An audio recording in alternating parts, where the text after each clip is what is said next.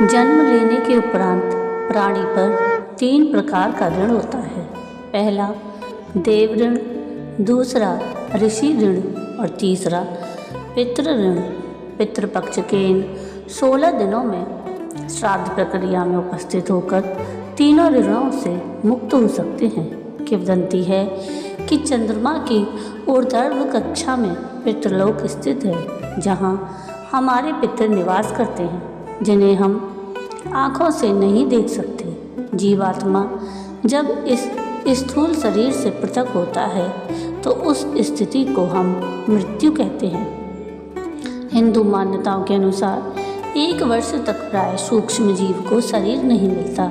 मोहवश वह सूक्ष्म जीव अपने परिवारजनों एवं घर के आसपास घूमता रहता है। श्राद्ध कर्म करने से उस सूक्ष्म जीव को तृप्ति मिलती है। इस अनुष्ठान में जब हम श्रद्धा से ब्राह्मण को या किसी गरीब को भोज्य पदार्थ खिलाते हैं तो हमारे पितृ तृप्त होते हैं। राधे राधे।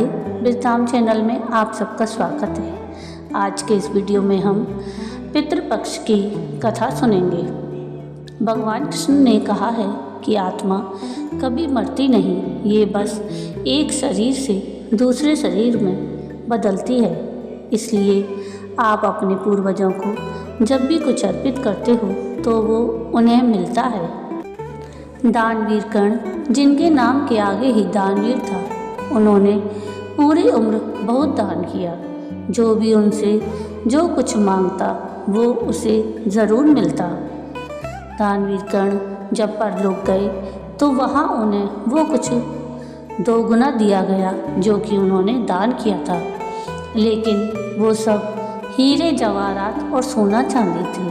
कर्ण को खाने को कुछ नहीं मिला क्योंकि उन्होंने कभी भोजन दान नहीं किया था। कर्ण भूख से व्याकुल हो गए।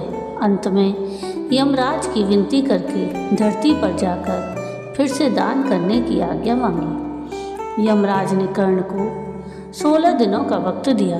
कर्ण ने धरती पर आकर जमकर भोजन दान किया और श्राद्ध कर्म किया। जब कर्ण परलोक वापस आए तो उनके पास खाना पहुंच चुका था।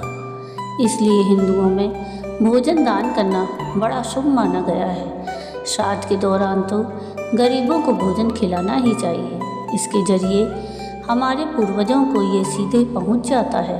कहा जाता है कि इन दिनों यमराज की आज्ञा से आत्माएं जमीन पर आती हैं और अपने वंशजों की ओर से अर्पित किए गए भोजन का भोग करती हैं। एक अन्य पौराणिक कथा के अनुसार एक बार 2 भाई थे, जोगे और भोगे। जोगे अमीर था और भोगे गरीब था।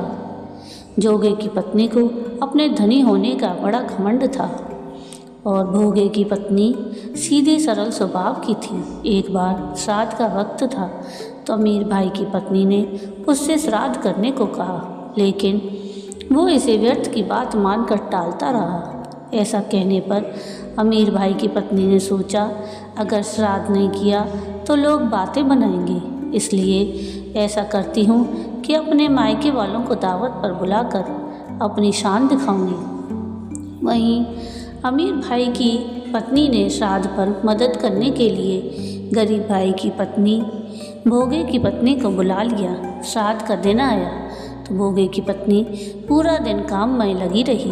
पूर्वजों के लिए खाना बनाया, लेकिन जैसे ही उनके पूर्वज खाना खाने आए तो क्या देखते हैं कि वहाँ पर तो अमीर भाई के ससुराल वाले खाना खा रहे हैं। पितृ ये देखकर निराश हो गए। अब वो गरीब भोगे के घर गए तो वहाँ देखते हैं कि पितरों के नाम पर सिर्फ अग्यारी दी हुई है।